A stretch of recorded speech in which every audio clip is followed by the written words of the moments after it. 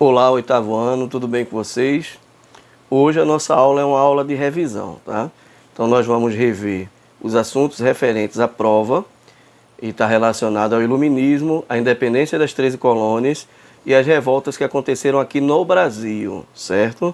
Então prestem atenção na explicação, vai ser uma aula bem dinâmica e aquilo que eu passei para vocês, vou passar para vocês é aquilo que vai ser necessário e que é necessário para que vocês façam uma boa prova, certo? Então fiquem tranquilos que vocês já têm um conhecimento acumulado do assunto e nós vamos apenas rever, tá bom? Então presta bem atenção na aula. As aulas, como são gravadas aí, vocês também têm a oportunidade de voltar, assistir novamente, anotar os pontos importantes, aquilo que tem mais dúvida, ok? Então vamos começar essa revisão. Espero que vocês estejam bem atentos para que consigam fazer uma boa prova, tá bom? Então vamos lá. Então para a gente, pessoal, começar aí a nossa revisão, que é apenas o necessário para aquilo que vai cair na prova. Não vamos ver tudo, porque a ideia é apenas uma revisão dos pontos principais, tá? Então, o iluminismo, falando da origem do iluminismo, nós podemos dizer que o iluminismo ele foi um conjunto de ideias que tiveram origem na Europa, no século XVII, e se desenvolveu especialmente no século XVIII, o qual ficou conhecido como século das luzes ou da ilustração. Então o iluminismo iniciou-se no continente europeu e ficou conhecido aí ou como século das luzes ou da ilustração. Também tem outro termo usado que é esclarecimento. E o pensamento iluminista teve sua maior expressão na França e difundiu-se pelo mundo, influenciando o movimento de independência das 13 colônias da América do Norte, a Revolução Francesa e os movimentos de independência na América Latina, inclusive no Brasil. Então observem, foi por causa das ideias iluministas que se iniciaram, que teve maior expressão na França, que ocorreu consequentemente, primeiro a independência das 13 colônias da América do Norte, dando certo, voltou-se as ideias iluministas para a França e houve aí a Revolução Francesa, que também motivou o continente americano, que no caso sul-americano, né? Que é a nossa América Latina, inclusive a independência e a busca pela independência de Portugal aqui no Brasil. Então, na prova da gente, vocês já sabem que nós não vamos ver as outras independências na América Latina, mas apenas os movimentos que ocorreram no Brasil, tá bom? Então lembre-se que, quando fala iluminismo, ele é um movimento intelectual, ou seja, um conjunto de ideias, e os iluministas são os filósofos que desenvolveram essas ideias. As condições para o desenvolvimento do iluminismo, temos aqui algumas informações, né? Primeiro foi uma revolução científica do século XVII. Esse movimento que mudou a visão do homem moderno a utilizar-se da razão e da ciência para explicar a realidade. Antes, a igreja explicava os acontecimentos por meio de preceitos religiosos e da fé. Ou seja, sempre que se falava de ciência, estava tudo voltado para a fé e para a religião. No caso aí das ideias iluministas, o uso principal aí é da razão e da ciência. E quem é que estava em ascensão, em crescimento nesse período, era uma classe chamada burguesia. Certo? A classe burguesa lutava contra a intervenção do Estado na economia. E quem era o Estado era o poder do rei, né? Então, o antigo regime era o principal objetivo do iluminismo, era lutar contra o antigo regime. E esse antigo regime era absolutista, certo? Ou seja, está aqui, ó, governos absolutos. Então os iluministas eram anti-absolutistas.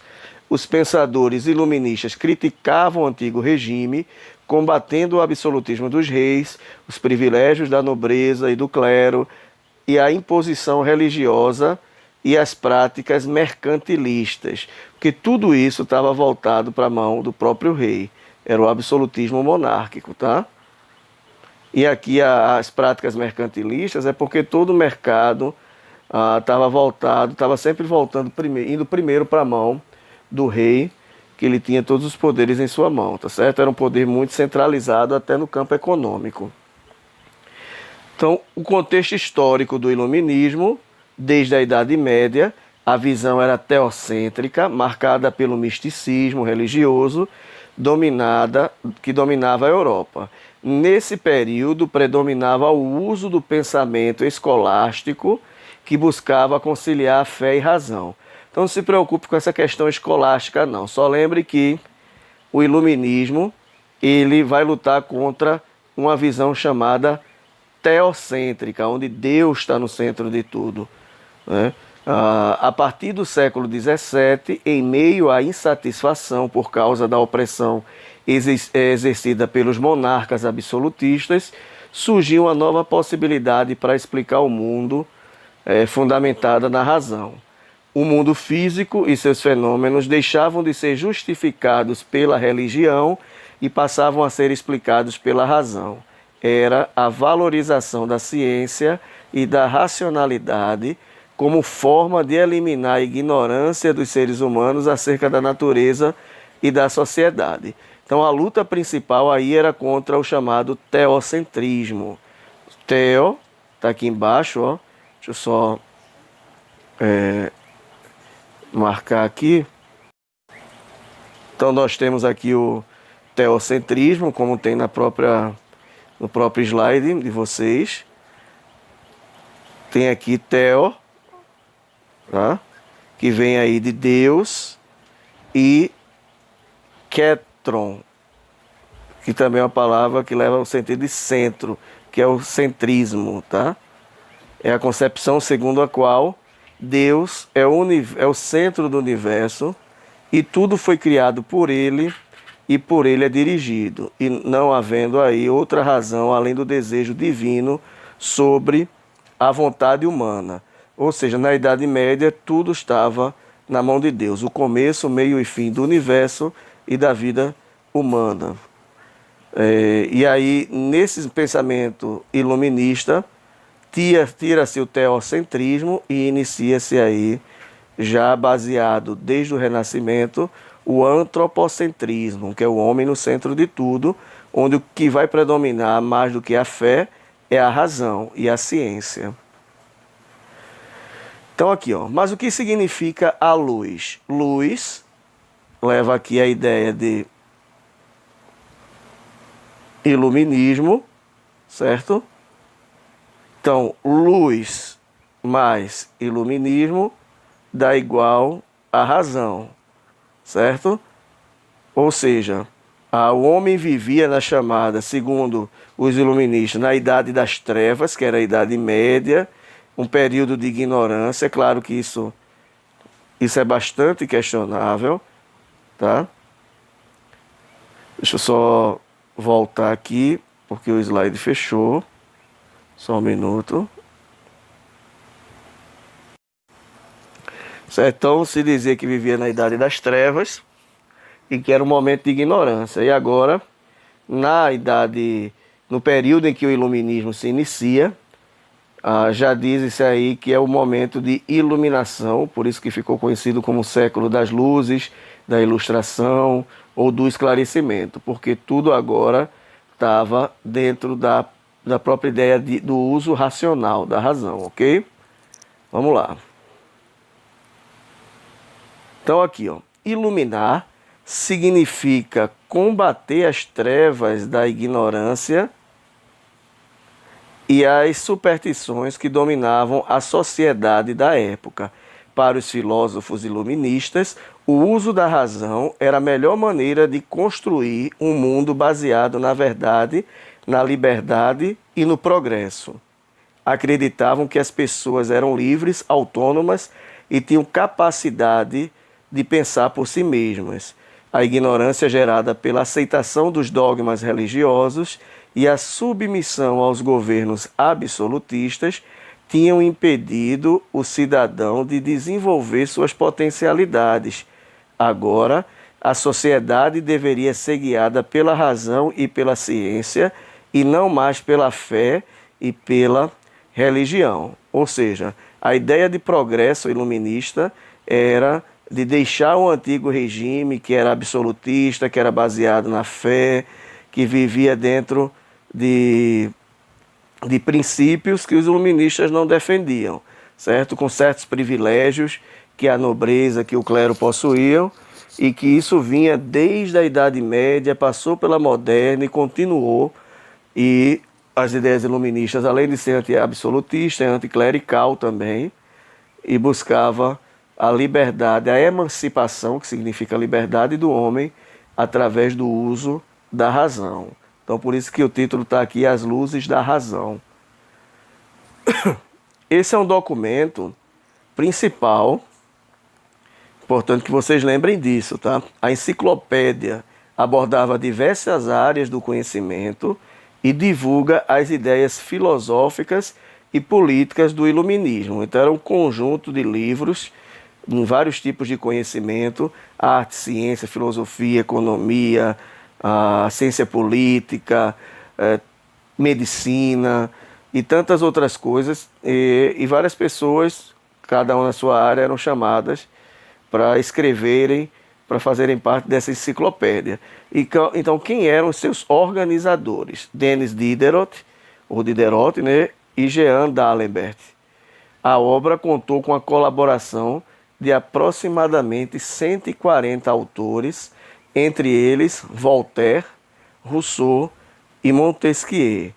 Foi condenada pelo governo e pela igreja como subversiva, mas circulou clandestinamente, influenciando as mentes da época. Claro que o governo absolutista viu-se como um documento, conhecimento que ameaçava as pessoas, por isso que ameaçava o poder instituído, por isso que era vista como subversiva, e a própria igreja também tentou impedir a circulação dessa enciclopédia. Mas foi essa enciclopédia que possibilitou a muitas pessoas terem conhecimento das ideias iluministas. O iluminismo defendia, lembra que eu falei, a ideia de igualdade, de fraternidade, tá? De liberdade. Então, lutava por igualdade jurídica, todos iguais perante a lei, tolerância religiosa e filosófica, até porque a tolerância religiosa era pouca. A Igreja Católica, quem fosse contra os seus princípios e suas doutrinas e seus dogmas, poderia ser visto como herege, sofria perseguição e até mesmo a morte. E também a tolerância a se utilizar o pensamento filosófico, que também era bastante perseguido, né? Os filósofos pela própria igreja e pelo governo. Não sei que fosse de acordo com os princípios do rei, aí tudo bem, né? Mas se não, seriam perseguidos. Liberdade pessoal e social, a ideia de todos nascem livres perante a lei, né? E sendo assim, com essa liberdade, você tem a liberdade de escolher até mesmo não só o seu destino, mas a sua profissão. Direito à propriedade privada, isso aí o iluminismo defendeu bastante. Defesa do contrato como mediador das relações sociais, então um contrato feito entre duas ou mais pessoas era algo que deveria ser respeitado.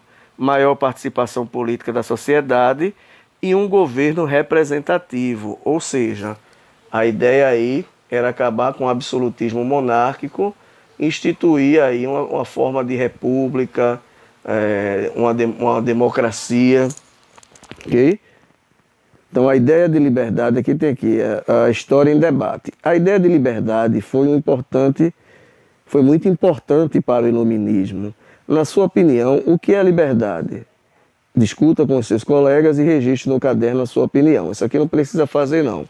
É só para que vocês entendam que a ideia de liberdade era algo muito buscado pelos iluministas. Isso aqui não... Deixa eu ver aqui se eu preparei a tela. Está aqui, pronto. O que os iluministas combatiam? Primeiro, absolutismo monárquico, já que naquela época todo o poder era centralizado na mão do rei. Então, os iluministas, as ideias iluministas, eram ideias anti-absolutistas, certo? Ou seja, lutavam aqui contra o absolutismo monárquico. Combatiam também a intervenção do Estado na vida econômica e no mercantilismo. Ou seja, se todo o poder pertencia aqui à figura do rei, ele tinha não só o poder político, mas ele também tinha o poder econômico e se metia bastante nas questões econômicas. E o mercantilismo, vocês lembram que é aquela relação de comércio feito principalmente com as colônias e que o rei também interferia bastante, certo? Toda a prática de comércio. Eles combatiam também essa tese aqui, ó, a tese do direito divino dos reis, que havia uma tese de que todo rei ele era representante de Deus, era instituído por Deus, e o povo devia obediência. Então os iluministas lutavam contra essa tese e a participação da igreja na vida pública e as verdades reveladas pela fé. O que eles queriam? Que a igreja não se metesse na vida pública e que o conhecimento não fosse apenas baseado na verdade revelada pela fé, mas sim na busca da própria ciência. Opa, deixa eu apagar aqui que esse... Está mal escrito aqui, ciência. Assim, cadê? Enfim, ciência com o uso principalmente da razão, tá bom? Vamos passar aqui. Os principais pensadores iluministas. Vamos falar apenas de alguns que tem a ver com a nossa prova, claro, né? Interessa pra gente. Existem muitos, muitos mesmo. Vamos falar só de alguns. Voltaire.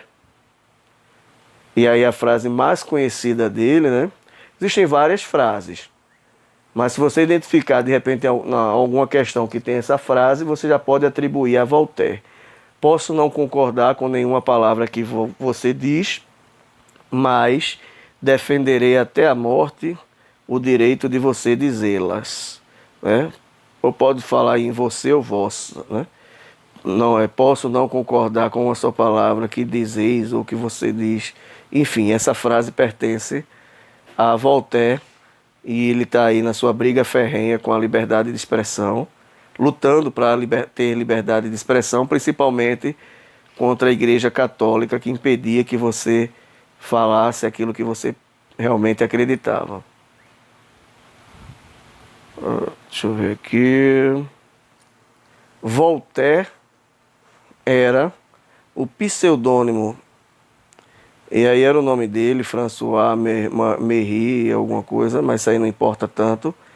Ele defendia a liberdade de pensamento, a igualdade perante a lei e a tolerância religiosa.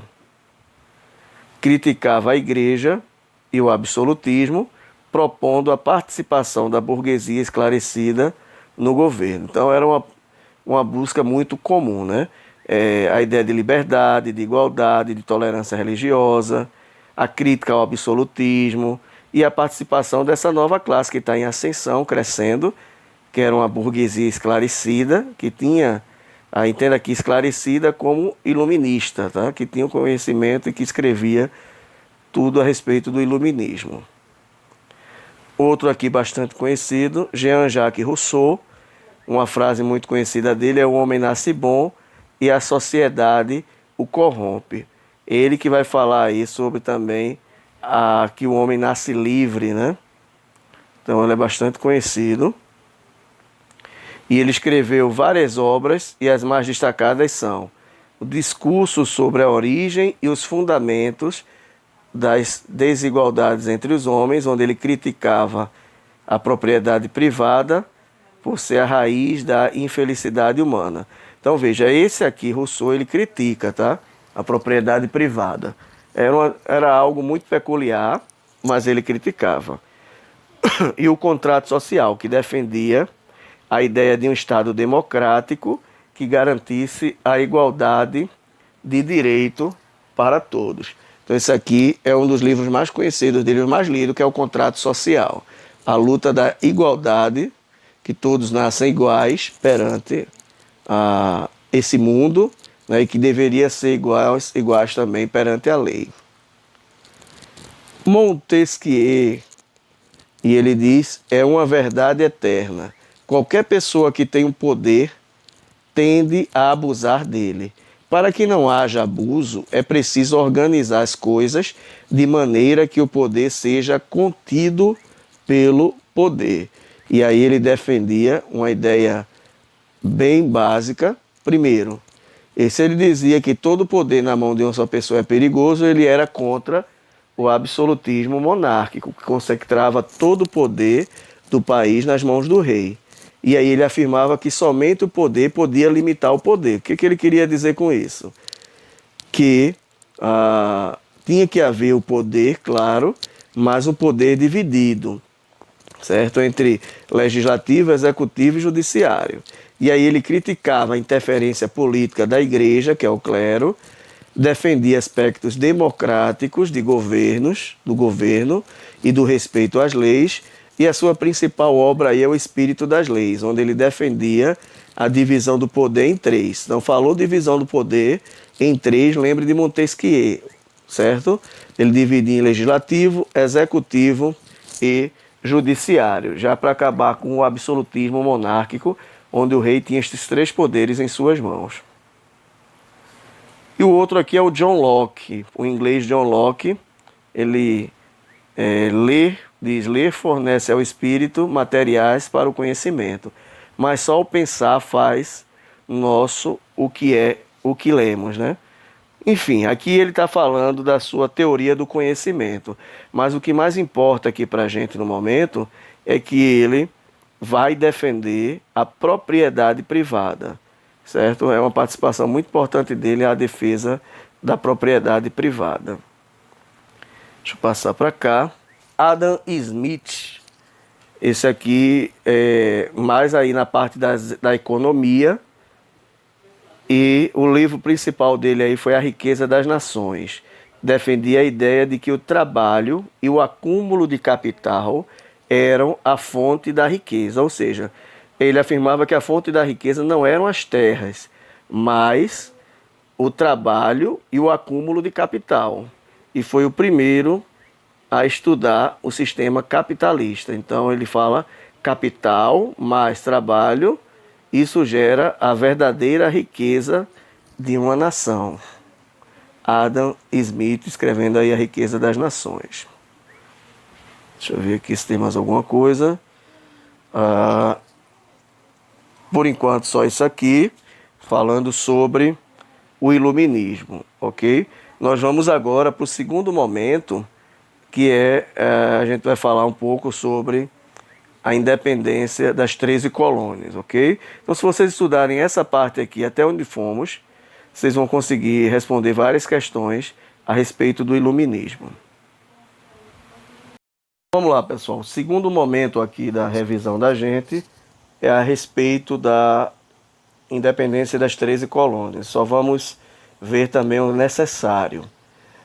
Antecedentes e razões para a independência.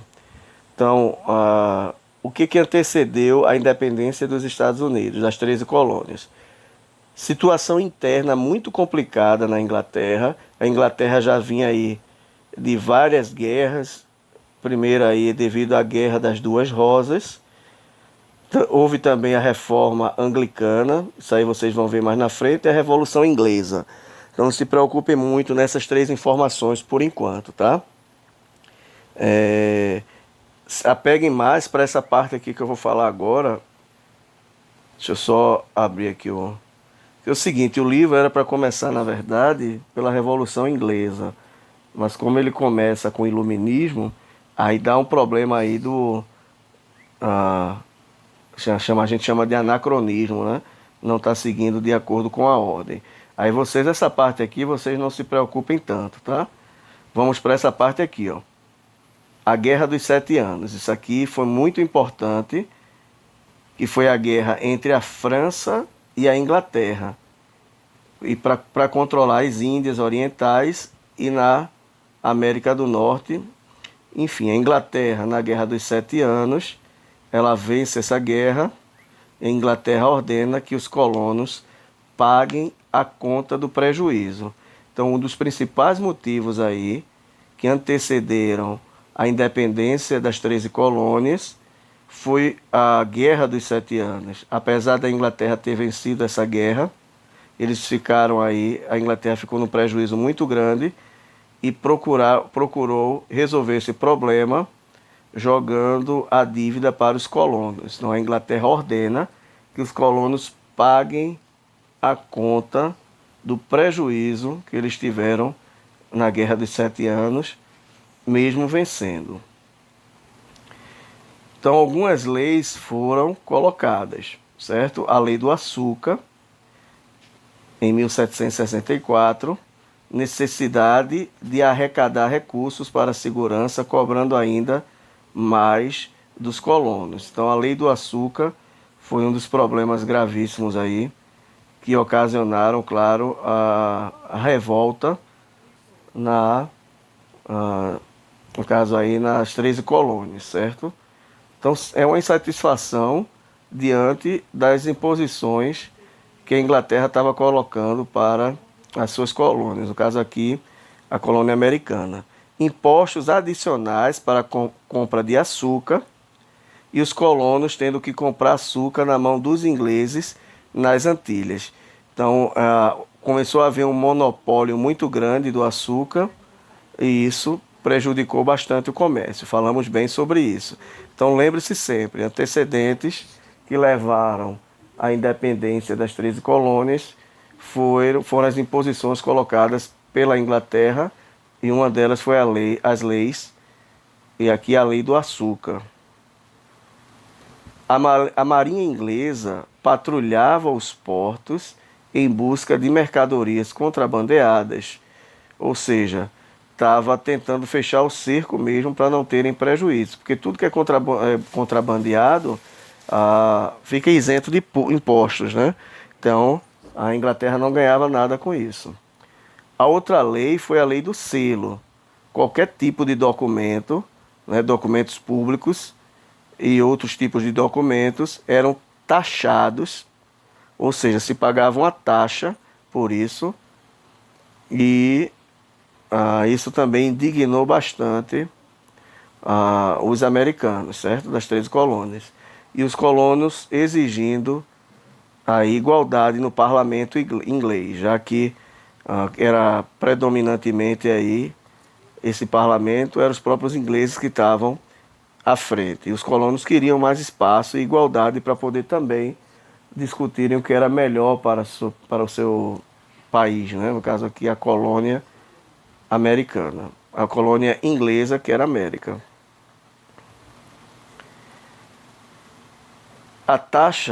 Taxava-se também produtos como chumbo, vidro, corante e o chá. Né? Confronto entre colonos e britânicos que levou aí o massacre de Boston. E a lei aí imposta foi a chamada Lei do Chá, que a Companhia das Índias Orientais tinha um monopólio na produção de chá, e os colonos sentiram bastante, já que os próprios Estados Unidos, os colônios consumiam muito chá. E esse monopólio fez com que o preço do chá aumentasse bastante, e eles não poderiam também estar exportando, só quem poderia vender aí era essa Companhia das Índias Orientais. Aqui a parte dos colonos consumindo mais café e chocolate, isso aqui não importa tanto para a gente. E os desdobramentos dessa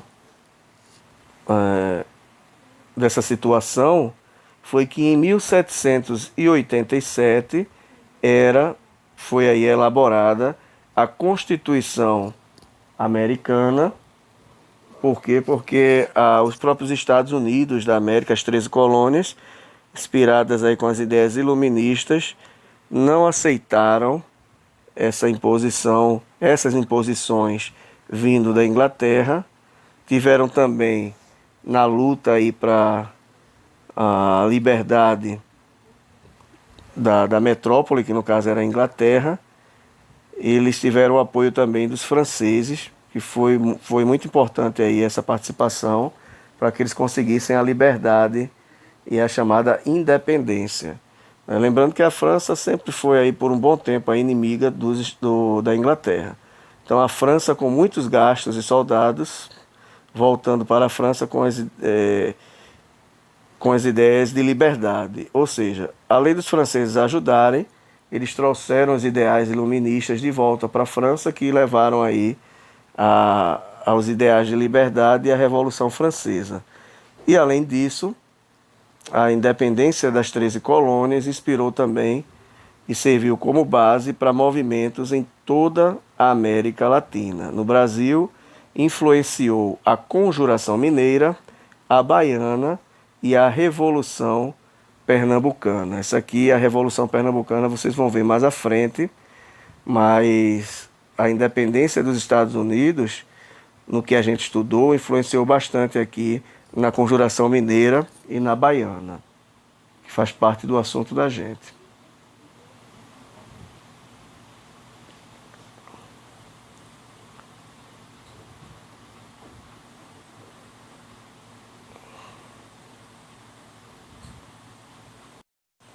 Então, isso é o básico que vocês precisam saber para responder as questões referentes a independência aí das 13 colônias, certo? E agora a gente vai para a terceira e última parte da gente, para poder fazer um resumo bem breve também. Então, esse terceiro e último momento é apenas para que a gente tenha conhecimento, não tão profundo, mas apenas o que é necessário sobre algumas revoltas que existiram logo após alguns acontecimentos, sempre voltados a esses acontecimentos, à insatisfação que a colônia tinha diante da sua metrópole.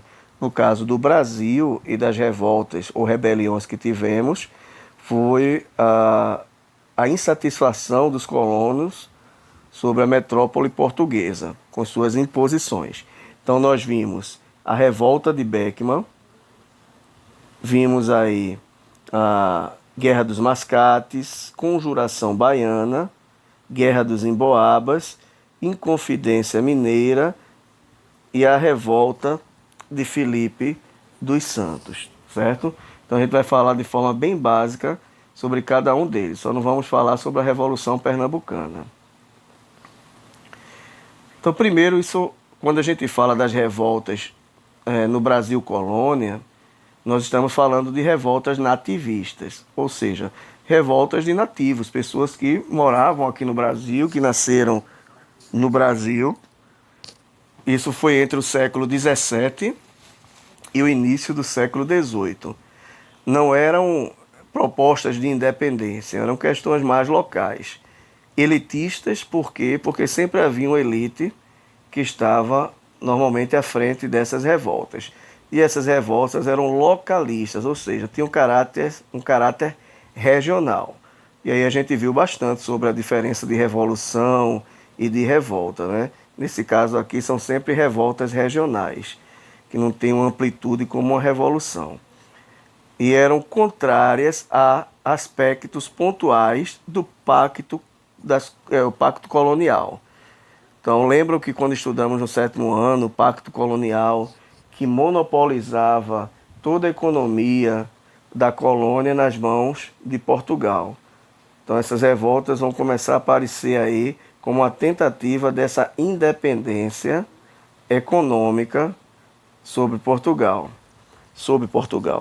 Então, a revolta de Beckman eram os irmãos, e esses irmãos Beckman, eles eram latifundiários e tinham grandes propriedades de terras e precisavam escravizar índios para que esses pudessem trabalhar nas suas propriedades. Os jesuítas não permitiam.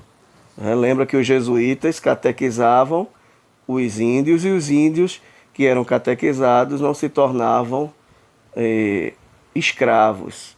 Isso foi um acordo feito entre os jesuítas e o rei de Portugal. Então houve aí atritos pelo direito de escravizar índios, os latifundiários querendo e os jesuítas não permitindo. Outra coisa foi por criar a Companhia de Comércio do Maranhão, que mais uma vez era com a Companhia de Comércio que monopolizava o serviço, todos os serviços comerciais, fornecimento de escravos, que essa Companhia do Comércio do Maranhão disse que forneceria escravos anualmente e não cumpriu com sua palavra, e esse monopólio do comércio que tirava aí dos latifundiários e comerciantes todo o direito de ter seu lucro, de poder sobreviver através do comércio com seus produtos, né? E esse aí foi o principal motivo da revolta de Beckmann. Então eles estavam descontentes com as elites locais, as revoltas coloniais. Era um descontentamento das elites locais por altos preços e má qualidade de produtos, objetivos: escravização de índios e eliminação da Companhia do Comércio. Esse era o objetivo principal da revolta de Beckmann. Voltar a escravizar os índios para trabalharem nos latifúndios e a eliminação da Companhia de Comércio. Então os irmãos Manuel e Thomas Beckmann, líderes principais, né, eram latifundiários. Quais foram os resultados? Líderes enforcados, jesuítas, claro que um deles, o Thomas, ele sobrevive, né, o outro morre enforcado.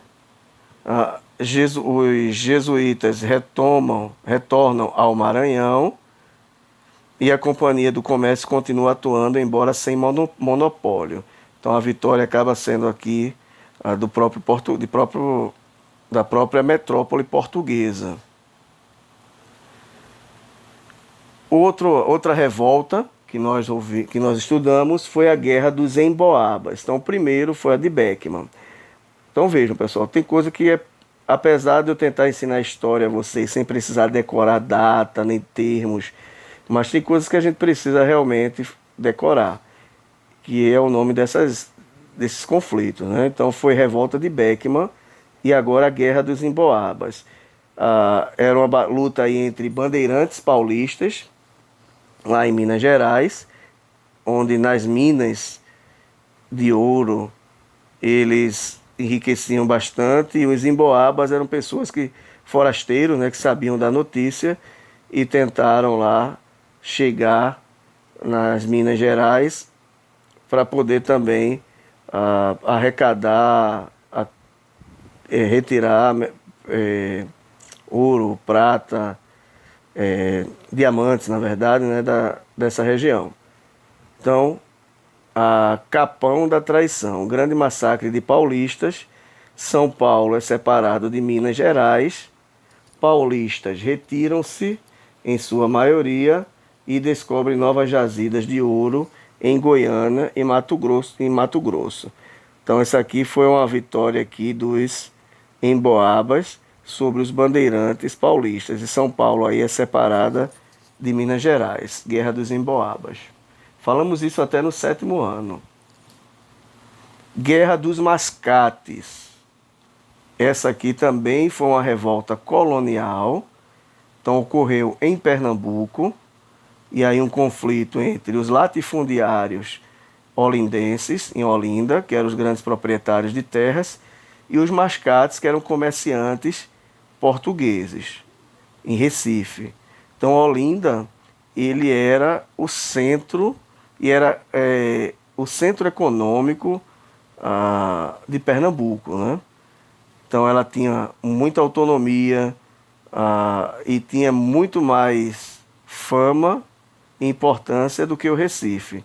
Então qual foi a causa básica dessa Guerra dos Mascates?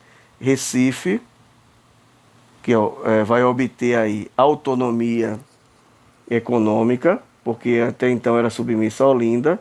Olinda não aceita e vai haver aí a chamada Guerra dos Mascates.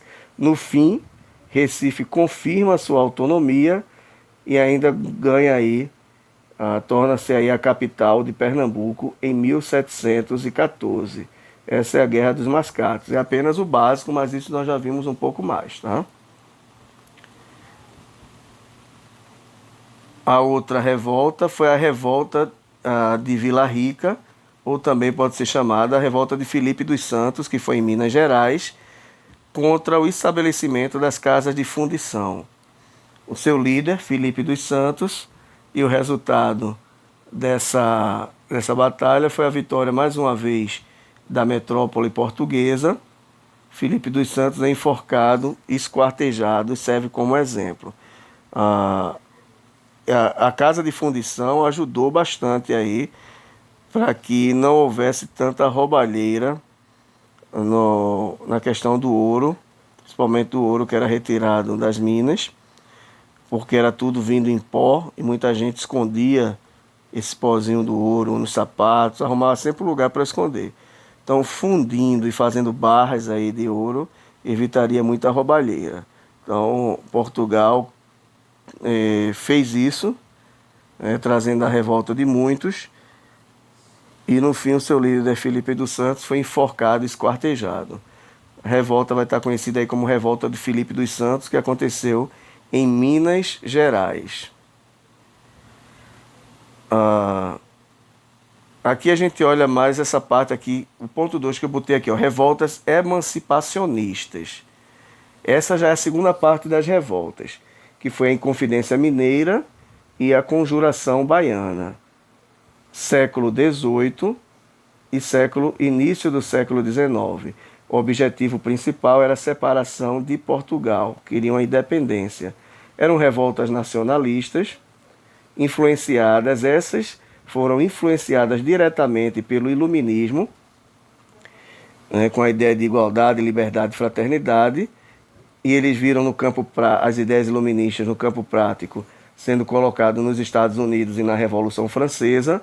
Então, muitos intelectuais brasileiros foram estudar na França e voltaram com as ideias iluministas para serem colocadas em prática na Inconfidência Mineira e também na Conjuração Baiana. Vimos aí também já o que significa inconfidentes, né? Isso aqui eu não vou trazer de novo esse assunto, não.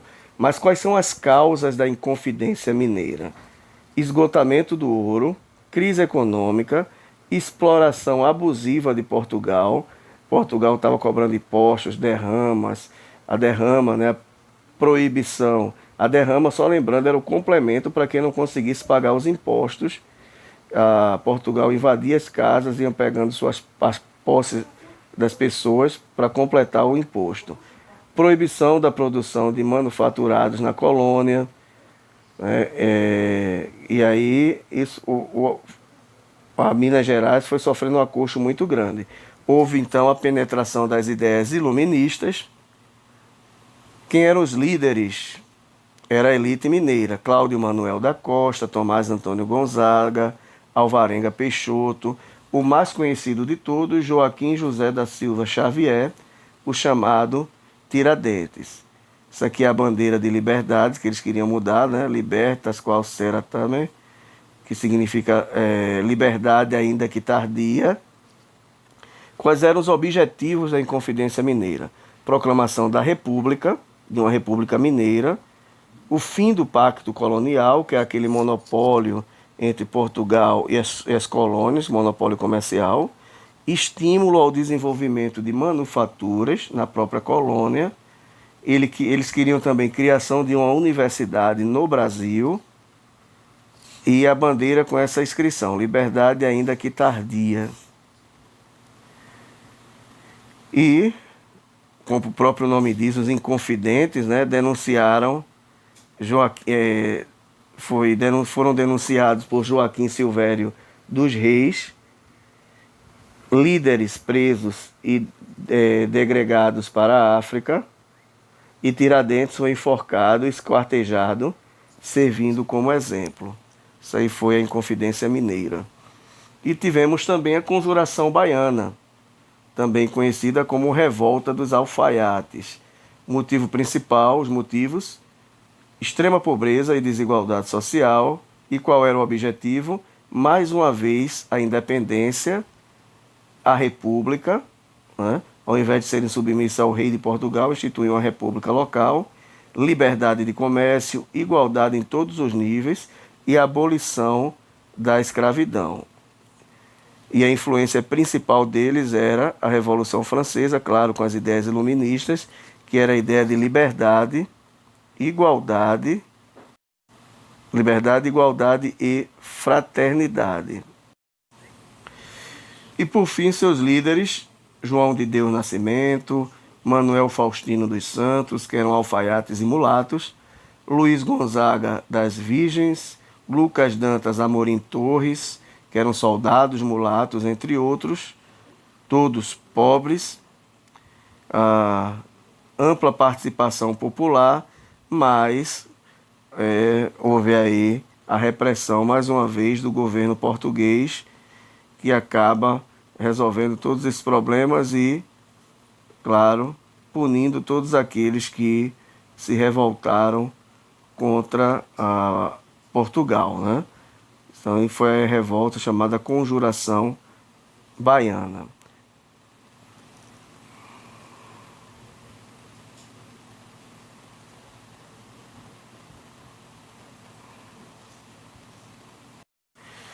Então é isso, pessoal.